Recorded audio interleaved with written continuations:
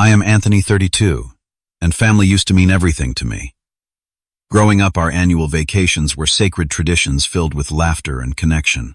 So when my parents suggested a Florida beach getaway, I eagerly took time off work.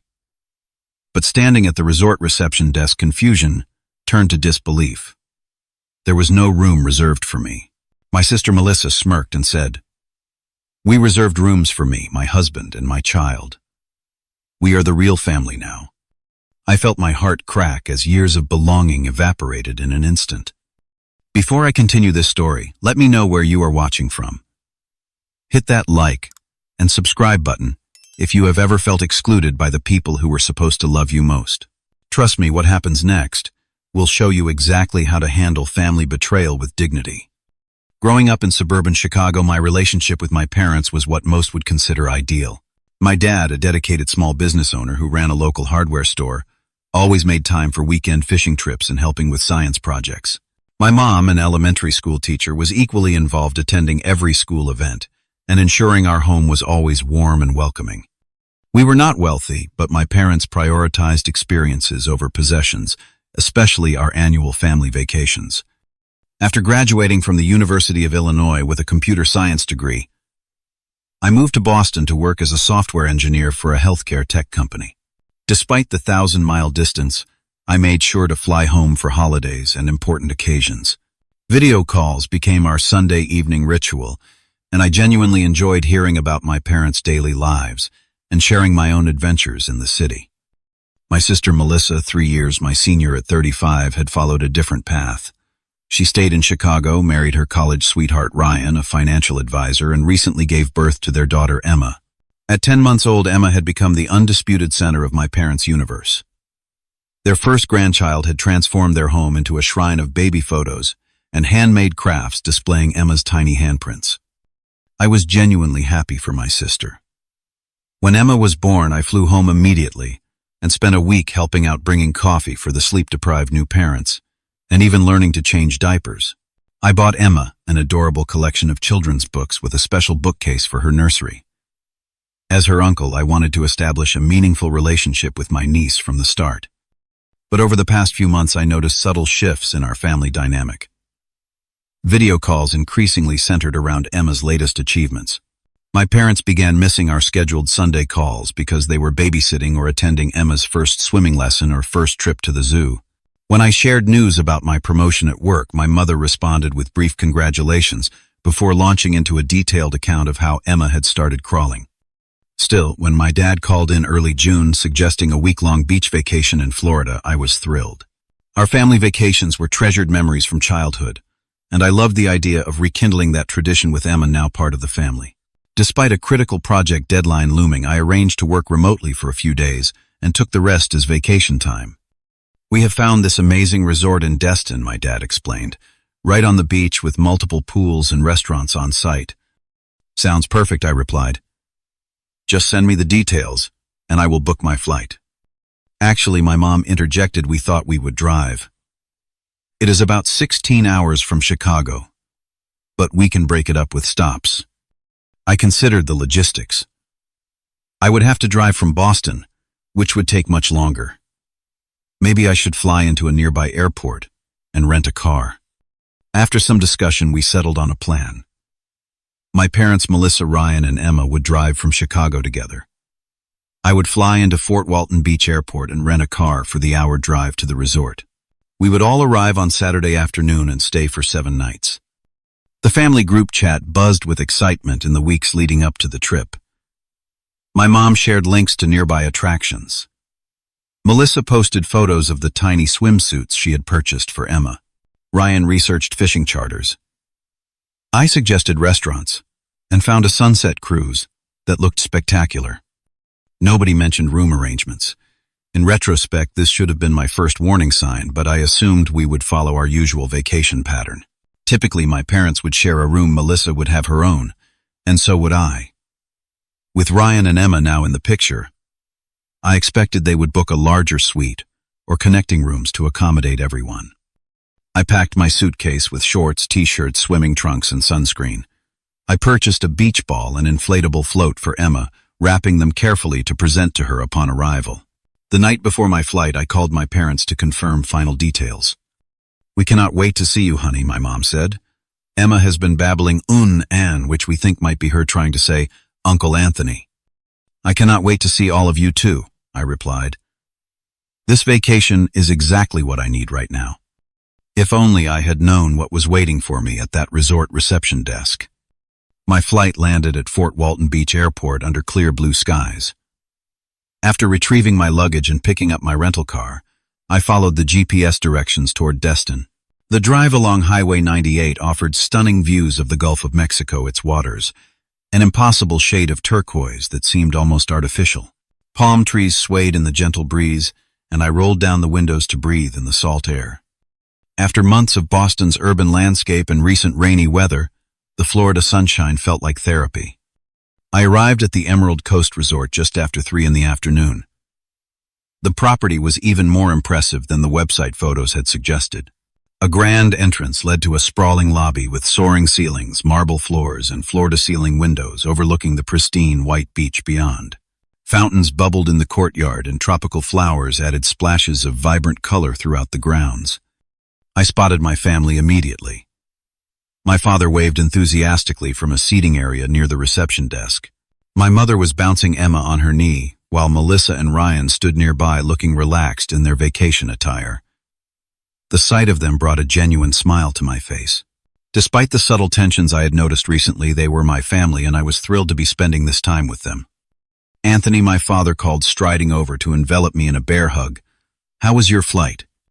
"Smooth and on time," I replied, returning his embrace before moving to hug my mother and Melissa.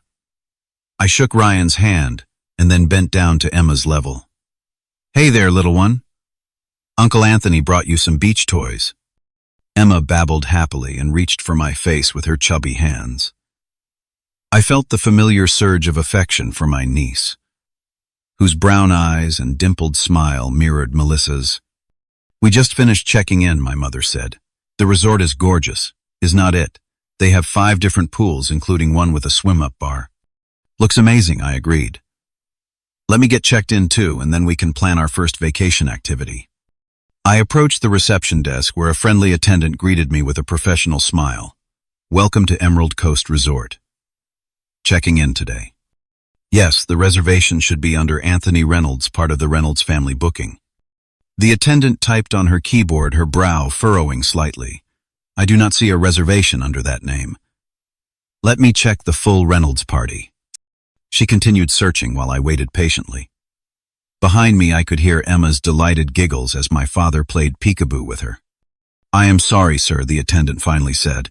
"I do not show a room reserved for Anthony Reynolds. I see 2 rooms under the Reynolds booking. One for Thomas and Margaret Reynolds, and one for Melissa and Ryan Crawford with a crib request." Confused, I turned toward my family. "There seems to be some confusion with the reservation. They cannot find my room." My father approached the desk, his expression uncomfortable. My mother suddenly became very interested in Emma's toy giraffe. Melissa, however, had a subtle smirk playing at the corner of her mouth.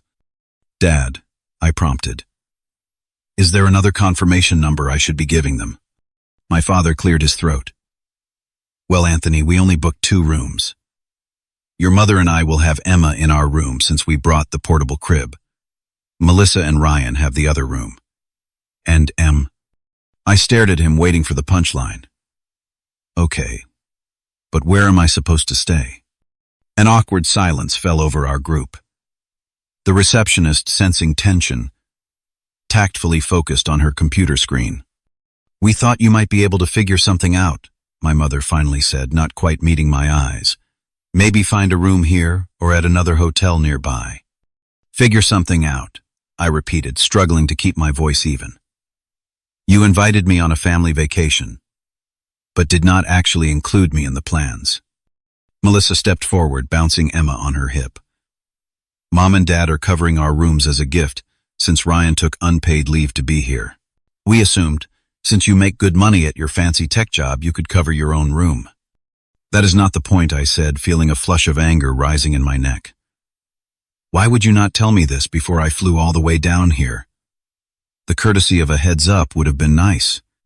We did not think it would be a big deal." my father said weakly. We figured you would understand. I turned back to the receptionist. Do you have any available rooms for the week? She typed quickly, then shook her head apologetically. I am sorry, sir. We are fully booked for the next 10 days. It is peak season and we have a corporate retreat arriving tomorrow as well.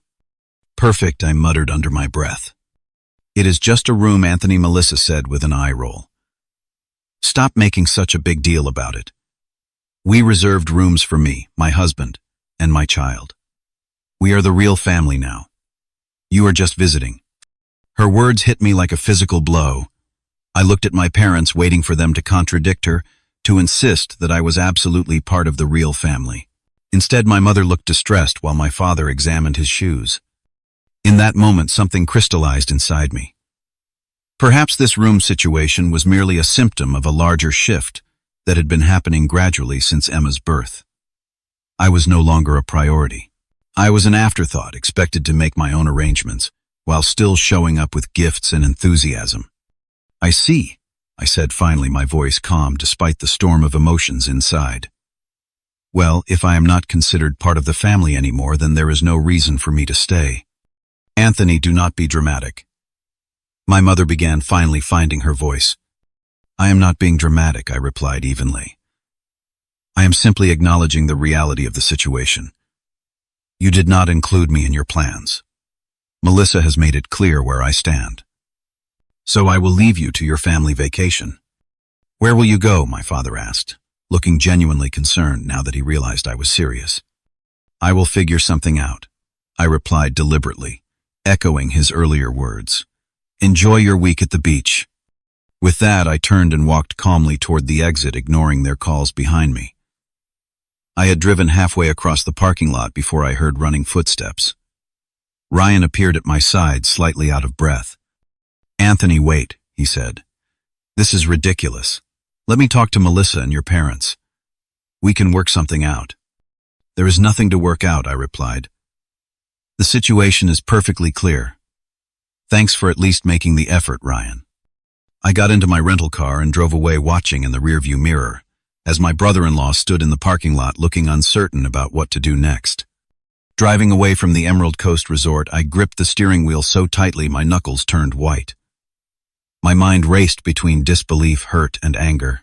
The logical part of me suggested turning around and working things out, finding a compromise.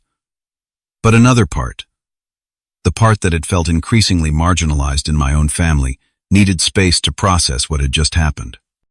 I headed east on Highway 98 with no particular destination in mind. Palm trees and beachfront properties blurred past my windows as I tried to make sense of the situation. My phone buzzed repeatedly in the passenger seat. I glanced over to see my mother's name flashing on the screen, followed by texts from my father and even Melissa. I ignored them all. After about an hour of aimless driving, I spotted a modest roadside motel called the Sandpiper Inn. Its blue and white sign promised clean rooms and cable television, a far cry from the luxury resort I had left behind. But at this point, I just needed a place to regroup. The middle-aged woman at the reception desk barely looked up from her paperback novel as she processed my credit card and handed me a physical key to room 118. The room was basic but clean, with a queen bed covered in a faded floral bedspread, a small table with 2 chairs, and a television that probably dated back to the early 2000s.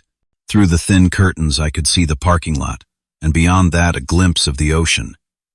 It was not the beachfront view I had anticipated for this vacation, but at least the air conditioning worked.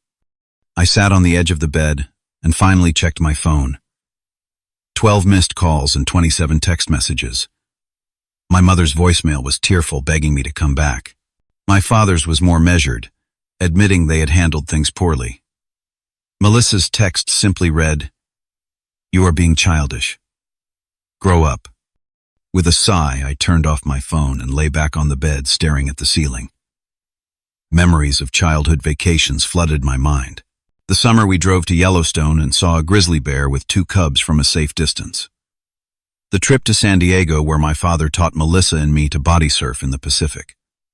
The week in Washington, D.C., where we walked until our feet ached, visiting every monument and museum we could fit in. In all those memories, I had been an integral part of the family unit. When had that changed? The shift had been so gradual I had hardly noticed it happening. There were small signs I had dismissed. Last Thanksgiving, my mother had prepared all of Melissa's favorite dishes but forgot the cranberry sauce I always requested. At Christmas, my parents had given Melissa and Ryan a generous check toward their mortgage while I received a store-bought sweater. My birthday call last month had lasted barely 5 minutes before my mother mentioned she needed to go help Melissa with Emma. None of these incidents seemed significant in isolation, but together they formed a pattern I had been reluctant to acknowledge. The arrival of Emma had reshaped our family dynamics, and somehow I had been pushed to the periphery. I must have dozed off because when I opened my eyes again, the room was bathed in the golden light of sunset. My stomach growled, reminding me I had not eaten since the airport sandwich hours ago. I ventured out and found a small seafood shack a quarter-mile down the road where I ordered grilled grouper and watched the sun disappear into the Gulf. Back in my room, I turned my phone on briefly to send a text to my parents, "I am safe. Need some time to think. We'll be in touch tomorrow." Then I turned it off again and took a long shower, letting the hot water wash away some of the tension in my shoulders. That night I slept fitfully, dreaming of family gatherings where everyone could see me but no one acknowledged my presence. I woke at dawn feeling unrested but slightly clearer in my thinking. Rather than rushing back to face my family, I decided to give myself the day I had planned anyway. After a quick breakfast at a local diner, I found a public beach access point and spent the morning swimming in the crystal-clear water and walking along the shore collecting seashells that reminded me of the ones Melissa and I had gathered as children. Around noon, I turned my phone back on, bracing myself for the barrage of notifications. There were even more messages now, their tone increasingly urgent. My mother's latest text caught my attention immediately. "Emma has a high fever. We are worried. Please call." My heart raced as I scrolled through the subsequent messages. Apparently, Emma had developed a fever last night, which had continued to rise throughout the morning. The resort doctor had seen her and recommended they take her to the local hospital for tests and observation. My parents were frantic, and even Melissa's messages had lost their accusatory edge, replaced by genuine fear. Despite everything that had happened, concern for my niece overrode all other emotions. I found a shady spot under a palm tree and called my mother. She answered on the first ring. "Anthony." "Oh, thank goodness. How is Emma?" I asked, skipping any preamble. "She is at Gulf Coast Hospital," my mother said, her voice tight with worry. "Her fever reached 103.5, and she has been pulling at her ear. The doctor thinks it might be an ear infection, but they are running tests to make sure it is nothing more serious." "She seems so miserable, Anthony." "I will be there as soon as I can," I said without hesitation. "Text me the hospital address. You are coming." The relief in my mother's voice was palpable. "Of course I am coming. She is my niece." I ended the call and headed straight for my rental car. I drove to Gulf Coast Hospital with single-minded focus, weaving through unfamiliar streets guided by GPS directions. The morning's blue skies had given way to threatening storm clouds, matching the tumult of emotions within me. Family disagreements suddenly seemed trivial compared to Emma's health crisis. During my sophomore year of college, I had taken an advanced first aid course after a friend suffered a seizure in our dorm. Though I had ultimately pursued computer science instead of medicine, I had maintained an interest in medical topics, often researching health information when friends or family fell ill. This habit had earned me the nickname Dr. Google from my sister, though her teasing had always held a note of appreciation for my thoroughness. The hospital parking lot was crowded, forcing me to park in the furthest row. Fat raindrops began falling as I jogged toward the entrance, arriving at the reception desk, slightly breathless and damp. "I am looking for Emma Crawford," I told the receptionist. "My niece, 10 months old, brought in with a high fever." After verifying I was family, she directed me to the pediatric ward on the 3rd floor. The elevator seemed to move in slow motion, and when the doors finally opened, I spotted my father immediately. He was pacing the waiting area, his normally confident posture replaced by the stooped shoulders of worry. "Dad," I called out. He turned, and the relief on his face was immediate and profound. "Anthony, You came. He embraced me tightly, something he rarely did. Thank you for coming. How is she? I asked, following him down the corridor. The doctor is with her now. They think it is an ear infection, but they are concerned about the high fever and possible dehydration. She has been refusing to nurse or take a bottle. We reached a small treatment room, where my mother sat in a chair looking years older than she had yesterday. Melissa stood by a hospital crib, her hand resting on Emma's tiny leg. Ryan was speaking quietly with a doctor in the corner. All heads turned when we entered. Anthony. My mother rose and rushed to hug me. I am so glad you are here. Melissa's eyes were red and puffy from crying. For a moment we looked at each other awkwardly, yesterday's harsh words hanging between us. Then her facade cracked and she whispered, "Thank you for coming." I moved to the crib where Emma lay flushed and whimpering. Her usual vibrant energy was nowhere to be seen. She wore only a diaper with a cooling pad placed gently on her forehead and monitoring wires attached to her chest. An IV line delivered fluids to her tiny arm, secured with colorful tape, and a small splint to prevent movement. "Hey, sweetheart," I said, softly touching her warm cheek. Emma's eyes fluttered open, and despite her discomfort, she gave a weak smile of recognition. The doctor, a young woman with a gentle demeanor, approached us. "You must be the uncle I have been hearing about," she said, extending her hand. "I am Dr. Patel." "Anthony Reynolds," I replied. "What are we dealing with here?" Dr. Patel explained that Emma had developed a severe ear infection, which was not uncommon in infants, especially after air pressure changes during travel or swimming. The concern was her high fever and signs of dehydration from refusing liquids. "We have started her on antibiotics for the infection," she continued. "The IV is providing necessary fluids and fever reducers.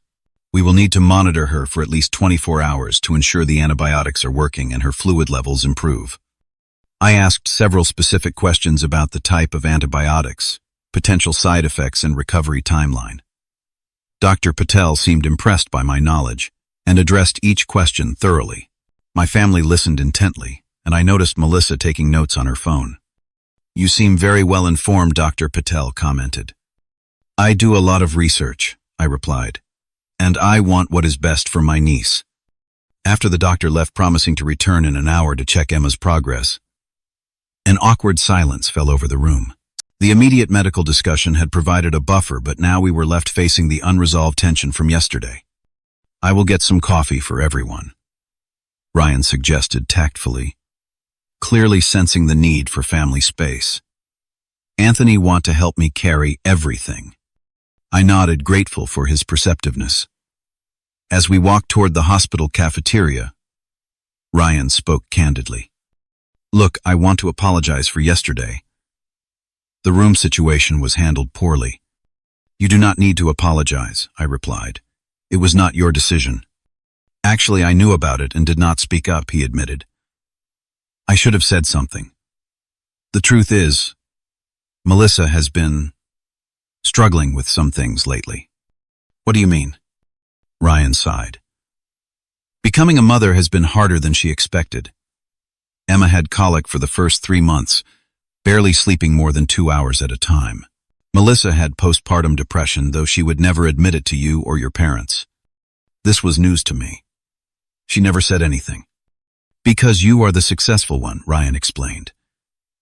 "In her mind, you have the perfect career, the freedom to travel, no responsibilities tying you down. She feels like your parents have always been prouder of your achievements than hers." "That is ridiculous," I protested. "They have always supported both of us." "Maybe so, but that is not how she sees it. When Emma came along, it was finally something she had that you did not. A way to be the center of attention." His words made me reconsider countless interactions from Melissa's perspective. Had my sister really felt like she was living in my shadow all these years? We returned with coffee to find my parents sitting close together, speaking in hushed tones. My mother's eyes were red from crying. Melissa stood by Emma's crib, gently stroking her daughter's hair. "She is sleeping," Melissa whispered as we entered. "Her fever has come down a little." We all settled into the cramped room, sipping coffee in silence. Finally, my father cleared his throat. "Anthony, about yesterday. We owe you an apology." "Yes, we do," my mother agreed. We handled everything terribly. I took a deep breath. Why did you not just tell me ahead of time about the room situation? I could have made arrangements. It was the surprise and exclusion that hurt. My parents exchanged glances. We were embarrassed, my father finally admitted. The truth is, we could not afford 3 rooms. What this was unexpected. My parents had always been financially stable. My business has been struggling since the big hardware chain opened across town, he explained. We have been using our retirement savings to stay afloat. This vacation was already stretching our budget, but we wanted to do something special with Emma while she is still a baby. Why did you not tell me? I asked, stunned by this revelation. Pride, my father said simply. I did not want my successful son to know I was failing. You are not failing, Dad, I said firmly. Businesses go through tough times, but keeping secrets like this only makes things worse. Melissa, who had been quiet until now, suddenly burst into tears. This is all my fault, she sobbed. I pushed for this vacation. I pushed for them to pay for our room. And I said those horrible things to you, Anthony. Mel, I began, but she continued through her tears. The truth is, I have been jealous of you for years. You left home, built this amazing career, while I stayed in Chicago, married my college boyfriend, became a mother. Your life seemed so exciting compared to midnight feedings and diaper changes. My life is not as perfect as you imagine, I said gently. I work 70-hour weeks. My last relationship ended because I was too dedicated to my job. My apartment barely feels like home because I am there so rarely. But Mom and Dad are so proud of you, she insisted, always bragging about their son, the software engineer. They brag about you too, I countered. Every video call I hear about what an amazing mother you are. How beautiful Emma is, how you are carrying on the family traditions. We stared at each other, suddenly seeing the same situations from completely different perspectives. Before we could continue, a nurse entered to check Emma's vital signs, reporting that her fever was continuing to decrease. Collective relief temporarily pushed aside our conversation. When the nurse left, my mother reached for both Melissa's hand and mine. We have been terrible communicators, all of us, she said. And it nearly tore our family apart. It should not have taken Emma getting sick to bring us back together. As if on cue, Emma stirred in her crib and let out a small whimper. Melissa and I both moved toward her simultaneously, then paused, looking at each other. You go, I said. You are her mother. Melissa shook her head. We both go. She needs her uncle too. Standing side by side over Emma's crib, watching her fever-bright eyes find and recognize both our faces, I felt the first fragile threads of reconciliation begin to form. Night fell outside the hospital windows, as Emma finally drifted into a more peaceful sleep. Her fever had stabilized at a lower temperature, and Dr. Patel seemed cautiously optimistic about her progress. The antibiotics appeared to be working, though she would need to remain under observation overnight. My parents, exhausted from a day of worry, reluctantly agreed to return to the resort for a few hours of rest.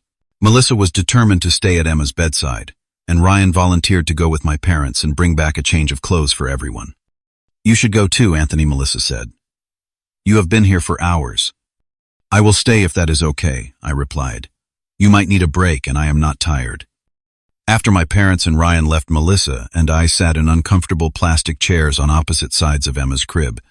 The beeping of monitors and distant hospital sounds filled the silence between us. I meant what I said earlier, Melissa finally spoke.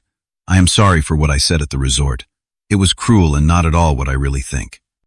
What do you really think? I asked quietly. She looked down at her sleeping daughter. I think I have been trying so hard to be a perfect mother that I forgot how to be a decent sister. She met my eyes. The truth is, I have felt inadequate compared to you for years. You were always the smart one, the one with big dreams. I stayed in our hometown, married young, followed the expected path. I never saw it that way, I admitted. I always admired how confident you were about what you wanted. I moved to Boston partly because I was not sure what else to do with myself. Really? She looked genuinely surprised. You always seem to have everything figured out. Hardly, I laughed softly. I work constantly because I am afraid of failing. My apartment is basically just a place to sleep between work shifts. And dating in your 30s in a city where everyone is career-obsessed is nearly impossible. I had no idea, Melissa said. You always post such exciting things on social media. That is the highlight reel, I explained. Nobody posts about eating microwave dinners alone on a Tuesday night. A nurse came in to check Emma's vitals, smiling approvingly at the readings before quietly leaving us alone again. Can I ask you something? I ventured. Ryan mentioned you had postpartum depression. Why did you not tell me? Melissa's expression tightened. Because you would have tried to fix it with research and solutions, and sometimes I just needed someone to listen without trying to solve my problems. Her words stung with their accuracy. I did tend to approach problems analytically rather than emotionally. I would have tried to listen, I said.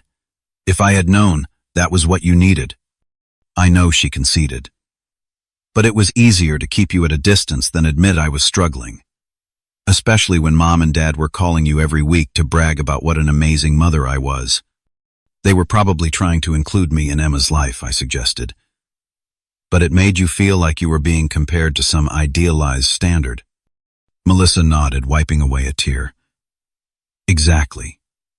And then when they suggested this vacation, I saw it as my chance to show everyone what a perfect little family we had become. I pushed for them to pay for our room knowing they were struggling financially. You knew about Dad's business problems, I was surprised. Ryan helped them refinance their mortgage last year, she admitted. I knew things were tight, but I still let them spend money on us because it made you feel valued. I finished for her. She nodded miserably. And now Emma is sick and we are all miserable, and it feels like punishment for my selfishness. Emma's ear infection is not punishment, I said firmly. Kids get sick. It happens. But if we had not come on this vacation, then she might have gotten sick at home instead, I pointed out. At least here she has got good medical care and her whole family around her. The door opened and Ryan returned with a duffel bag of clothes and a tray of sandwiches from the hospital cafeteria. Your parents are resting, he reported. They will come back first thing in the morning. He looked between us. Everything okay here? We are getting there, I said, accepting a sandwich gratefully.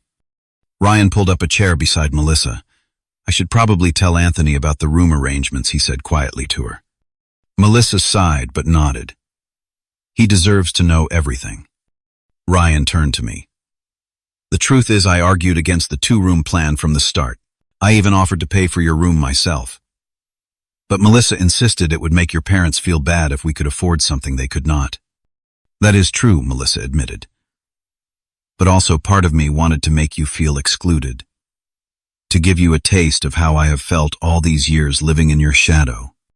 So instead of talking to me about these feelings, you decided to teach me a lesson. I could not keep the hurt from my voice. It was immature and mean, she acknowledged. I convinced myself you would just book your own room without complaint because you can afford it. I never expected you to walk away. I almost did not, I confessed. But when you said that thing about the real family, I did not mean it, she said quickly. I was just lashing out because I felt defensive. Our conversation was interrupted by Dr. Patel returning to check on Emma. She brought good news. The antibiotics were working effectively. The fever continuing to decrease. And Emma had taken a small amount of liquid without resistance. If she continues improving at this rate, you should be able to take her back to your hotel tomorrow afternoon, Dr. Patel said. Though she will need to complete the full course of antibiotics, and you should follow up with her pediatrician when you return home. After answering our questions, Dr. Patel left us with instructions to call the nurse if we noticed any changes. The positive medical update lightened the atmosphere in the room considerably. You should try to get some sleep, I told Melissa, noticing the dark circles under her eyes. I can watch Emma for a few hours. Are you sure? She asked hesitantly. Positive. Incles duties include night shifts. Melissa reclined her chair as far as it would go and closed her eyes. Ryan stretched out on the small couch along the wall. Within minutes, both were asleep, leaving me alone with my thoughts and my sleeping niece. Looking at Emma's peaceful face, the family drama of the past 24 hours seemed simultaneously important and trivial. Important because unaddressed feelings had created genuine wounds, trivial because what ultimately mattered was that we all loved this little person and wanted to be part of her life. When my parents returned early the next morning, they found the three of us still in the same positions. Emma had woken only twice during the night, each time taking a small amount of liquid before falling back asleep. Her fever was now barely elevated. My mother touched my shoulder gently. "You stayed all night." "Someone needed to keep watch," I replied simply. "Anthony," my father said quietly, "we need to talk about the financial situation. I should have been honest with you from the beginning." "Yes, you should have," I agreed. "But let us focus on Emma for now. We can sort out everything else later." Dr. Patel arrived for morning rounds and was pleased with Emma's progress. "Her infection is responding well to treatment," she confirmed. "If she continues taking fluids and her fever remains controlled, you can take her back to your hotel this afternoon." The relief in the room was palpable. Melissa hugged Ryan tightly, tears of happiness replacing yesterday's worried ones. My parents thanked the doctor profusely, and I found myself releasing tension I had not realized I was holding. As we waited for Emma's discharge, my father pulled me aside. "Son, there is something I need to say." "Dad, really, we can talk about the money later." "This is not about money," he said firmly. "It is about how we have treated you. Somehow, in our excitement about becoming grandparents, we forgot to be fair parents. We took you for granted because you have always been so capable and independent. I have felt a bit sidelined," I admitted. "More than a bit, I think," he replied sadly. "And that ends today. You are an essential part of this family, Anthony. Always have been, always will be." His words were simple, but exactly what I needed to hear. Before I could respond, a nurse entered with discharge papers and final instructions for Emma's care. The timing of our deeper reconciliation would have to wait, but my father's acknowledgement had already begun healing wounds I had barely acknowledged to myself. Late afternoon sunlight bathed the Emerald Coast Resort in golden hues as we returned from the hospital. Emma, still on antibiotics, but significantly improved, had fallen asleep in her car seat during the drive. The crisis had passed, leaving us all emotionally drained but relieved. In the resort parking lot, we faced the practical reality of our situation. 2 rooms for 5 adults and a baby. Ryan broke the awkward silence. "Anthony, you should take our room tonight," he suggested. "Melissa and I can stay with Emma in her grandparents' room, since they have the portable crib." "That is not necessary," I protested. "I found a decent motel about an hour from here." "Absolutely not," Melissa said firmly. "You are staying here with us. This is a family vacation, and you are family." "I have a better idea," my father interjected. "Let me speak with the resort manager. Perhaps they have had a cancellation." We gathered in the lobby while my father approached the reception desk. Emma had awakened and was looking around with bright, curious eyes that showed no trace of yesterday's misery. My mother held her, whispering grandmother endearments and smoothing her wispy hair. "You were amazing at the hospital," Melissa said quietly to me. "The way you asked all those detailed questions about the medication and treatment plan. I was too emotional to think clearly." "That is what uncles are for," I replied. "Research and bad jokes." "And midnight watches," she added with a grateful smile. "Ryan told me you did not sleep at all." "I caught a few minutes here and there," I said, "but mostly I wanted to make sure she was okay." My father returned with a resort manager, a tall woman in a crisp blue suit. "Mr. Reynolds has explained your situation," she said warmly. "While we are still fully booked, we do have a 2-bedroom family suite that became available this morning when another guest needed to leave unexpectedly.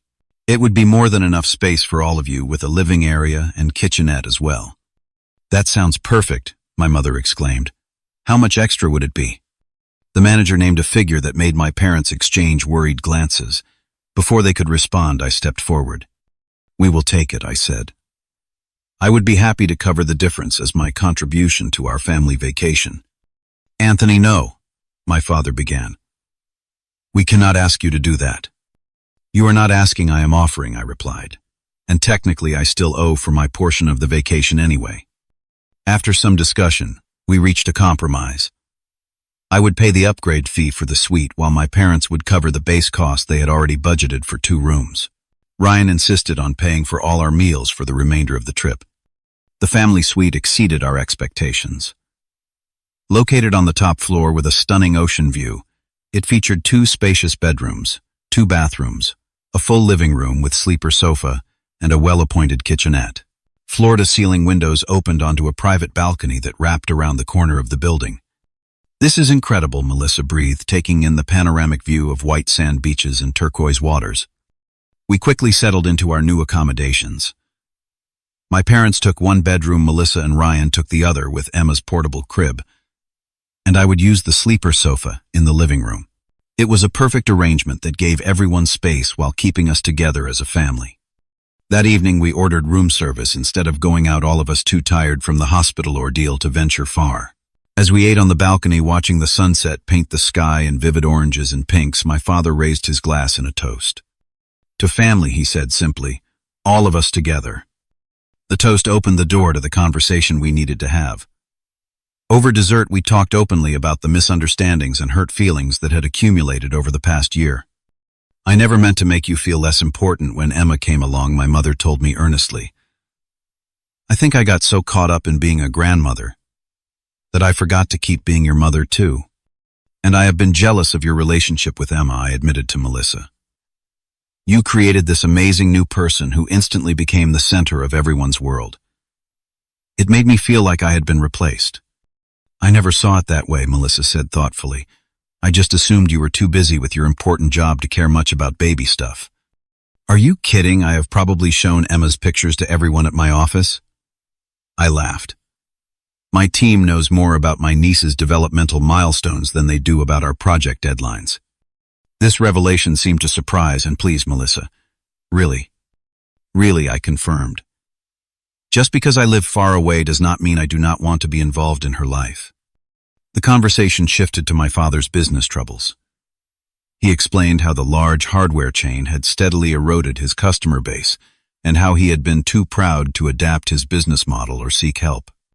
"I know a few people in small business development," I offered, "and my company has been doing some work with retail analytics that might help you identify new opportunities."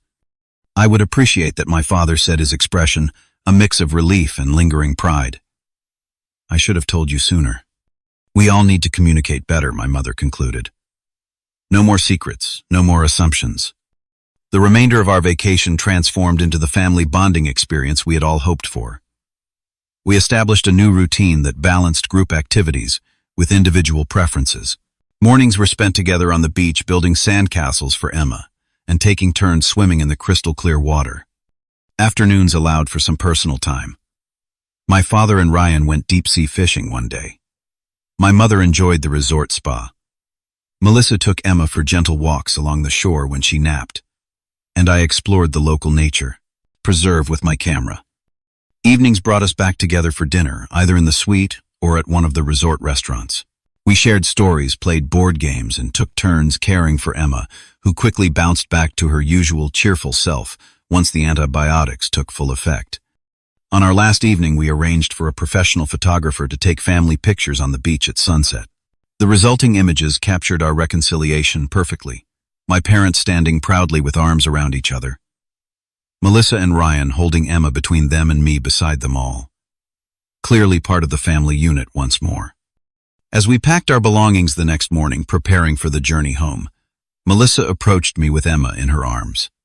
"We have been thinking," she said, glancing at Ryan, who nodded encouragingly.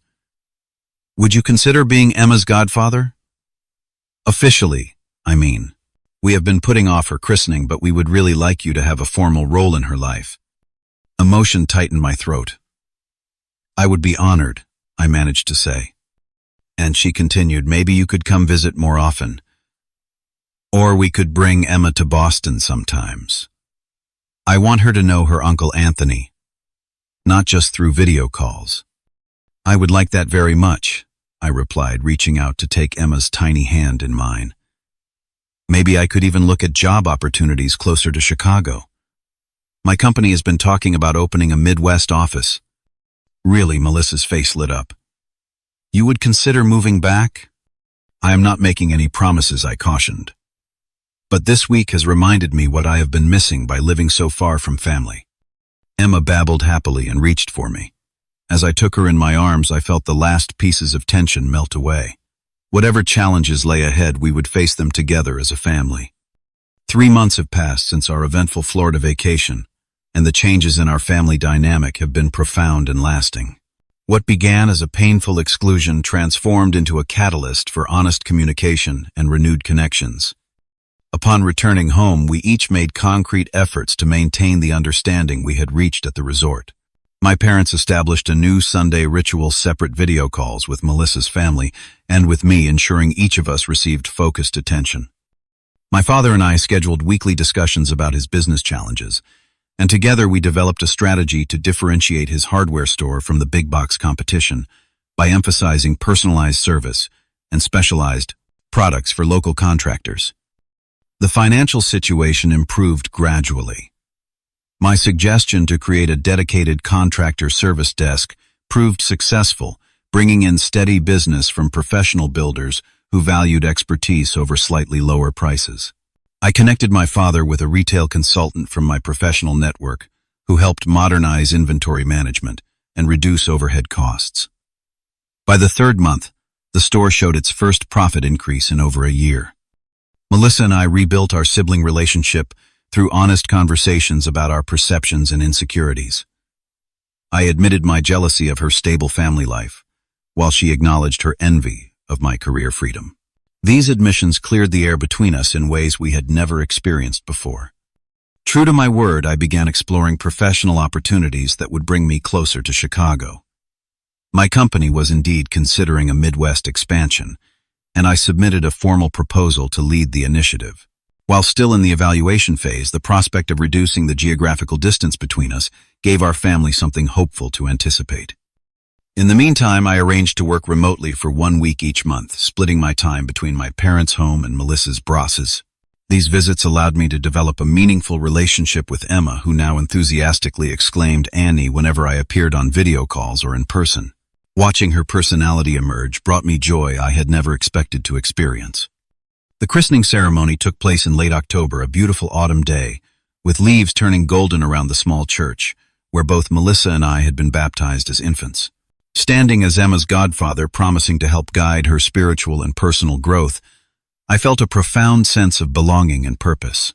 The entire extended family gathered afterward at my parents' home, where photographs of all 3 generations adorned the walls with equal prominence. During these months, I established healthy boundaries while maintaining connections. I learned to speak up when feeling overlooked, rather than retreating into hurt silence. My parents became more conscientious about balancing their attention and affection. Melissa made efforts to include me in family decisions and celebrations, even from a distance. Our communication patterns evolved significantly. We created a family text thread for daily updates and amusing anecdotes separate from the more in-depth video calls. My mother started sending me personalized messages unrelated to Emma, asking about my work projects or social life. My father and I discovered a shared interest in photography, exchanging tips and critiques of our latest images. Planning for the next family vacation began early, with transparent discussions about budgets, accommodations, and expectations. We decided on a mountain cabin rental in Colorado for the following summer, with costs clearly allocated and everyone's preferences considered. The spreadsheet I created to track expenses and arrangements became a symbol of our new approach, open, equitable, and considerate of each person's circumstances. The most profound change occurred within myself.